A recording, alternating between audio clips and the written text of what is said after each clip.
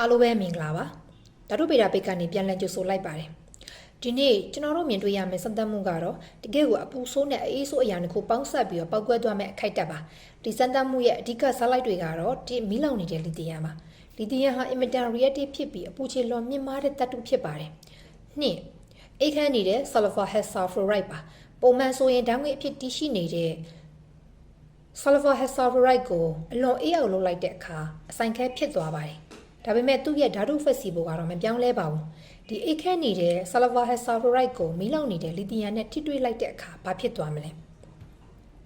အဆိုင်ခဲ sulfur hexafluoride ဟာအလွန်မင်းပြင်းထန်တဲ့လီသီယမ်ရဲ့အပူချေကြောင့်ချက်ချင်းလိုလိုဓာတ်ငွေ့ပြန်ဖြစ်သွားပြီးလီသီယမ်နဲ့တုတ်ပြန်ပါတယ်လီသီယမ်ဟာအောက်ဆီဂျင်မရှိရင်တောင်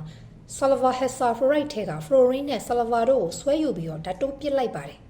ဒါကတော့ဓာတုညီမျှခြင်းပဲဖြစ်ပါတယ်ဒီတုပြန်မှုဟာအလွန်ကြီးမားတဲ့အပူစွမ်းအင်ကိုတပြိုင်နက်တည်းထုတ်လွှတ်လိုက်တာကြောင့်ကျွန်တော်တို့တွေ့ရတဲ့ပြင်းထန်တဲ့အလင်းနဲ့မီးတောက်ကိုမြင်တွေ့ရတာပါရလဒ်အနေနဲ့ထွက်လာတဲ့လီသီယမ်ဖလိုရိုက်နဲ့လီသီယမ်ဆာလ်ဖိုက်တို့ဟာအဖြူရောင်မှုတွေဖြစ်ပါတယ်ဒီလိုပြင်းထန်တဲ့တုပြန်မှုကိုသိပ္ပံပညာရှင်တွေကဘာကြောင့်စိတ်ဝင်စားကြတာလဲအဖြေကတော့စွမ်းအင်တည်တည်စာအမြင့်ဆုံးနဲ့ဓာတ်ငွေ့လိုဝမထွက်ခြင်းဆိုတဲ့ကိုတတ်တိတွေကြောင့်ပဲဖြစ်ပါတယ်